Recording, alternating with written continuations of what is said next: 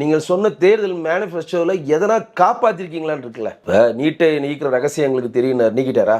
5 பவுன் நகை மேலே எவ்வளோ பவுன் நீங்கள் வைங்க, நாங்கள் உங்களுக்கு வந்து கூட்டுறவு சங்கத்தில் வந்து நாங்கள் வந்து தள்ளுபடி பண்ணுவோம். நீங்கள் கடைசியில் 5 பவுன் மட்டும் தான் பண்ண முடியும், அதுவும் குடும்பத்துக்கு ஒருத்தர் தானே பண்ண முடியும். ஏமாத்துறீங்களா இல்லையா? கல்வித்திறனை இதுவரை ரத்து பண்ணியிருக்கீங்களா? டீசல் விலை குடிச்சிருக்கீங்களா? பெட்ரோல் விலை குடிச்சிருக்கீங்களா?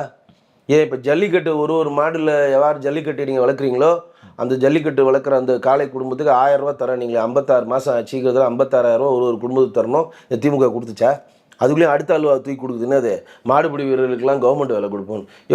கவர்மெண்ட் வேலைக்கு வேணும்னு போராடுறவனுக்கு நீ கவர்மெண்ட் வேலை கொடுக்கல.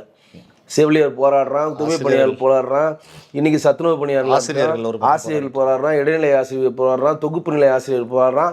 அது இடைநிலை ஆசிரியர் நீங்கள் தேர்தல் மேனிஃபெஸ்டோவில் கொடுத்த அந்த 181ன்ற அந்த விதியை நெத்தியில் எழுதிக்கிட்டு போராடுறான். பாடுறா 181, பாடுறா 181, நீ கொடுத்த 181 தேர்தல் மேனிஃபெஸ்டோவை போடுறா, என்னை பர்மனெண்ட் ஆக்குறேன்னு சொல்லி என் ஓட்டை வாங்கினேடா அப்படின்னு சொல்லி காட்டுறான்.